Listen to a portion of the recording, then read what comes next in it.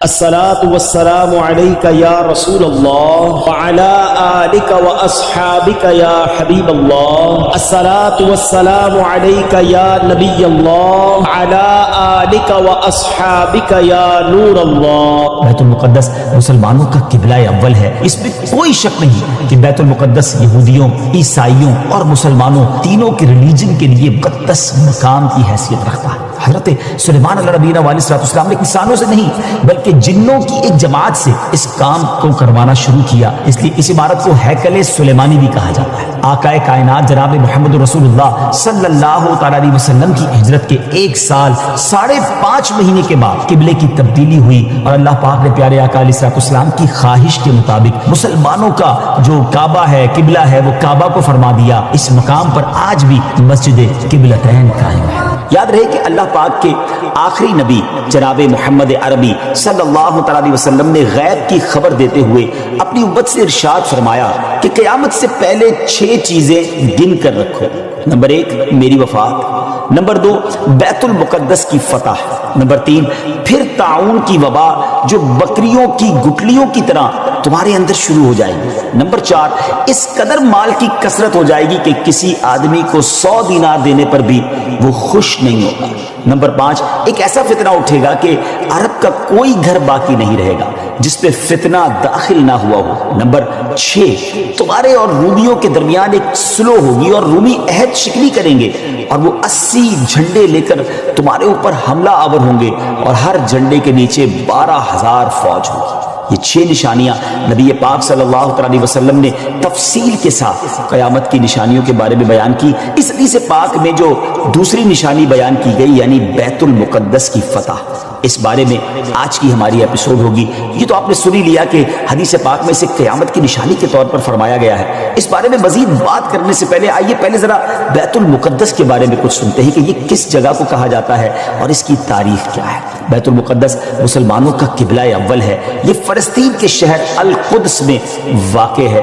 بعض نے شہر کو بھی بیت المقدس کہا ہے۔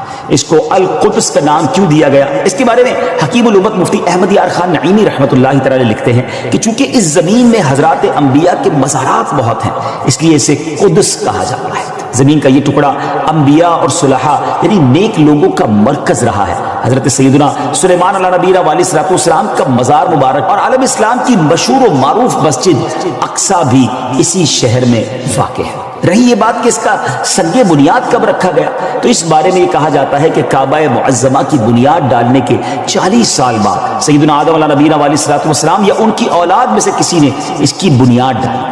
پھر اس کی تعمیر حضرت سیدنا سام بن نوح علیہ نبینا علیہ السلام نے کی۔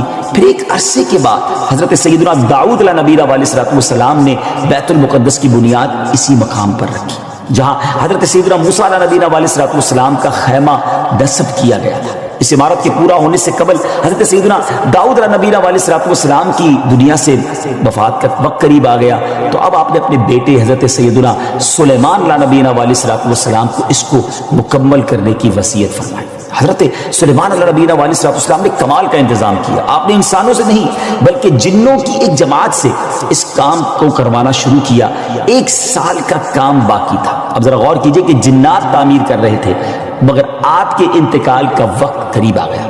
آپ نے غسل فرمایا، نئے کپڑے پہنے، خوشبو لگائی اور اس طرح تشریف لائے کہ عصا پر یعنی اپنے جو لاٹھی تھی اس پر ٹیک لگا کر کھڑے ہو گئے۔ ملک الموت حضرت اسرائیل علیہ السلام نے جن کا کام ہی روح قبض کرنا ہے انہوں نے آپ کی روح اسی حالت میں اسی عالم میں قبض کری۔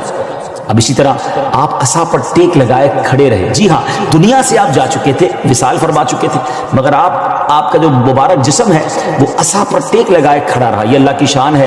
حضرت سلیمان علیہ السلام کا یہ معجزہ بھی ہے۔ یہاں میں ایک اور دلچسپ بات آپ کو بتاتا چلوں کہ جب حضرت سلیمان علیہ السلام حیات تھے تو جنات کو رات کی رخصت بھی مل جاتی تھی، وہ دن میں کام کرتے تھے۔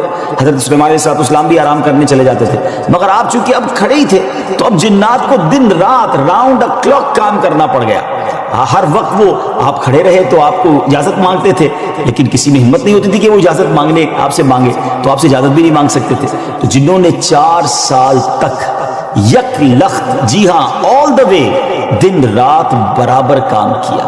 اچھا، حضرت سلیمان علیہ السلام جو ہے وہ عصا پر کھڑے ہیں، نہ جسم میں کوئی تبدیلی آ رہی ہے۔ اللہ اکبر، یہ بھی اللہ کے نبی کی شان دیکھی۔ اس کی تعمیر کی تکمیل چونکہ حضرت سلیمان علیہ السلام کے زیر نگرانی ہونی تھی، اس لیے اس عمارت کو ہیکل سلیمانی بھی کہا جاتا ہے۔ بیت المقدس کی روشنی کا انتظام بھی نرالے انداز میں ہی کیا گیا تھا۔ وہ اس طرح کہ حضرت سلیمان علیہ السلام نے بیت القدس کی مسجد کو سنگ مرمر سے اور ہیروں، موتیوں اور یاقوت سے بنوایا، اور بیت المقدس کے گنبد کے سرے پر کبریت احمر، یہ سرخ گندک جی تھی، اس کا اہتمام کیا۔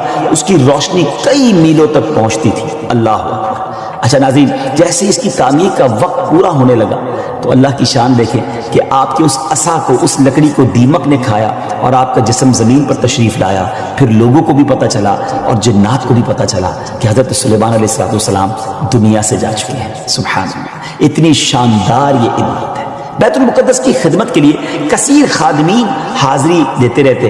ایک وقت ایسا آیا کہ حضرت سیدنا زکریا علیہ نبی علیہ السلام کے مبارک زمانے میں بیت المقدس کے خدام کی تعداد 4000 تھی، اور خدام کے 27 یا 70 سردار تھے، جن کے امیر سیدنا زکریا علیہ نبی علیہ السلام تھے۔ حضرت سیدنا آدم علیہ السلام سے لے کر حضرت سیدنا موسیٰ علیہ نبی علیہ السلام تک کعبہ یعنی بیت اللہ شریف ہی کعبہ رہا۔ پھر حضرت سیدنا موسیٰ علیہ نبی علیہ السلام سے لے کر حضرت سیدنا عیسیٰ علیہ السلام تک بیت المقدس قبلہ رہا۔ جب آقا کائنات جناب محمد رسول اللہ صلی اللہ تعالی علیہ وسلم کی آمد ہوئی اور آپ نے اعلان نبوت فرما کر اسلام کی تعلیم اور اشاعت کا سلسلہ شروع کیا، تو مکہ مبارک میں جتنا عرصہ رہے اس وقت تک بھی مسلمان بیت المقدس کی طرف رخ کر کے عبادت کرتے تھے۔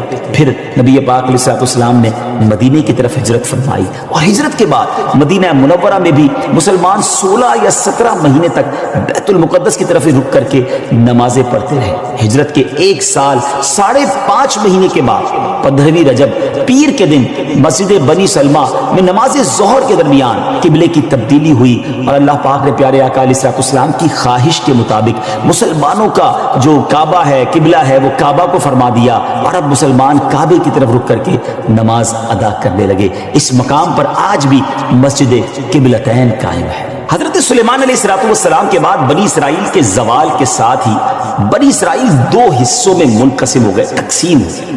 ہیکل سلیمانی کی عزت میں بھی کمی آ گئی۔ ویسے تو ہیکل سلیمانی پر کئی حملے ہوئے، مگر ایران کے بادشاہ بخت نصر نے جو فلسطین پر حملہ کیا تھا، اس میں ہیکل سلیمانی کو مکمل طور پر مسمار کر دیا اور بڑے پیمانے پر یہودیوں کا قتل عام کیا۔ تورات جلا دی گئی، اور اس وقت یہودی غلاموں کو دریائے فرات کے کنارے آباد کیا گیا، اور انہوں نے اس بستی کا نام تلبیب رکھا۔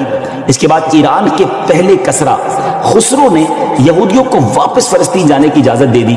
تب وہ جنوبی فلسطین میں آ کر آباد ہوئے اور ہیکل سلیمانی کی اثر نو تعمیر کی، مگر یہ تعمیر بھی زیادہ عرصے قائم نہ رہ سکی، اور 70 عیسوی میں روم کے بادشاہ توتس نے ایک مرتبہ پھر ہیکل سلیمانی پر حملہ کیا، اسے مسمار کر دیا، اور یہودیوں کو فلسطین کے جنوبی حصے سے بھی نکال دیا۔ یہ فلسطین مکمل طور پر یہود سے خالی ہو گیا تھا۔ حضرت عمر فاروق رضی اللہ تعالیٰ عنہ کے عہد خلافت میں جب فلسطین فتح کیا گیا، اس وقت وہاں عربی النسل قبائل آباد تھے۔ اسلامی لشکر کے سپہ سالار سیدنا ابو عبیدہ بن جراح رضی اللہ تعالیٰ عنہ نے فتح یرموک کے بعد اسلامی لشکر کے ساتھ آپ دمشق آ چکے تھے۔ آپ نے اپنے اصحاب سے مشورہ کیا کہ قیصاریہ روانہ ہو یا بیت المقدس۔ حضرت سیدنا معاذ بن جبل رضی اللہ تعالیٰ عنہ کے مشورے پر عمل کرتے ہوئے سیدنا فاروق اعظم رضی اللہ تعالیٰ عنہ کی بارگاہ میں ایک مکتوب روانہ کیا گیا، دونوں شہروں میں سے کس شہر کا انتخاب کیا جائے۔ سیدنا فاروق اعظم رضی اللہ تعالیٰ عنہ نے جلیل القدر صحابہ کرام علیہ رضوان سے جب مشورہ کیا تو مولا علی شیر خدا کرم اللہ تعالیٰ وجہ الکریم نے فرمایا کہ اے امیر المومنین، آپ اسلامی لشکر کو بیت المقدس کی طرف روانگی کا حکم دیں۔ وہ پہلے بیت المقدس کو فتح کرے، پھر قیصاریہ کی طرف جائیں، کیونکہ رسول پاک علیہ السلام نے پہلے مجھے بیت المقدس کی فتح اور بعد میں قیصاریہ کی فتح کی خوشخبری دی تھی۔ یہ سن کر سیدنا فاروق اعظم رضی اللہ تعالیٰ نے فرمایا، اے ابو الحسن، آپ نے سچ کہا۔ پھر سیدنا ابو عبیدہ بن جراح رضی اللہ تعالیٰ کی طرف پہلے بیت المقدس اور پھر قیصاریہ روانگی کا حکم لکھ کر روانہ کر دیا۔ ڈیئر ویورز، ہے نا بڑی عجیب داستان، بڑی ایمان افروز داستان۔ سیدنا ابو عبیدہ بن جراح رضی اللہ تعالیٰ عنہ کو جیسے ہی امیر المومنین کا مکتوب ملا، آپ نے روزانہ 5000 مجاہدین لشکر بیت المقدس روانہ شروع کر دی، یعنی 5000 مجاہدین ڈیلی روانہ ہوئے۔ بیت المقدس کا جو قلعہ تھا، جو فورٹ تھا، وہ بڑا مضبوط تھا۔ رومیوں نے یرموک کا حال سن کر پوری تیاری کر رکھی تھی۔ اسلامی لشکر کے جاتے ہی انہوں نے قلعے کا محاصرہ کیا، اس کو سراؤنڈ کر لیا۔ حضرت ابو عبیدہ بن جراح رضی اللہ عنہ کے حکم سے روزانہ اس فورٹ پر، اس قلعے پر حملہ کیا جاتا۔ 11 دن تک حملہ کرتے رہے، مگر کوئی خاص پیش رفت نہ ہوئی، کوئی پروگریس نہ ہو رہی تھی۔ 11ویں دن خود سیدنا ابو عبیدہ بن جراح رضی اللہ عنہ، سیدنا خالد بن ولید رضی اللہ عنہ تشریف لائے۔ مجاہدین نے تکبیر و تہلیل کی صدائیں بلند کی، خوب نعرے لگائے، تو رومیوں کو بھی معلوم ہو گیا کہ اسلامی لشکر کا کوئی بڑا سردار آ گیا ہے۔ وہ سب پریشان ہوئے، اپنے سب سے بڑے راہب قمامہ کے پاس گئے اور ساری صورتحال بیان کی۔ جب اسے معلوم ہوا کہ مسلمانوں کا سردار آ گیا ہے، وہ بہت پریشان ہوا اور کہنے لگا، اب تمہاری ہلاکت نزدیک ہے، کیونکہ میں نے پچھلی کتابوں میں پڑھا ہے کہ ملک شام کو محمد الرسول اللہ صلی اللہ تعالی علیہ وسلم کا ایک سرخ رنگ کا صحابی فتح کرے گا۔ اگر یہ وہی سردار ہے تو صلح کے علاوہ اب تمہارے پاس کوئی دوسری صورت نہیں ہے۔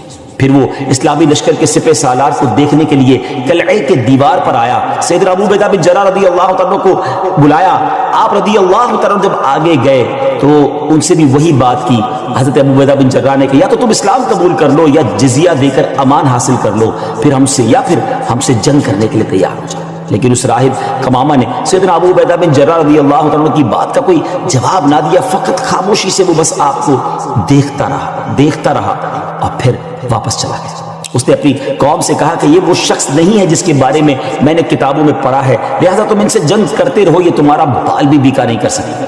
سیدنا ابو عبیدہ بن جراح رضی اللہ تعالیٰ عنہ نے بھی وہاں سے واپس آ کر اسلامی لشکر کو جنگ کا حکم دے دیا۔ روزانہ اسلامی لشکر اس فورٹ پر، اس قلعے پر حملہ کرتا، رومی تیروں کی برسات کرتے، دونوں طرف سے جانی نقصان بھی ہوتا، سپاہی زخمی بھی ہوتے۔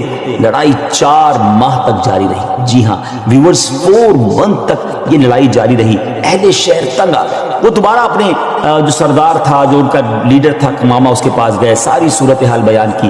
وہ نصرانی راہب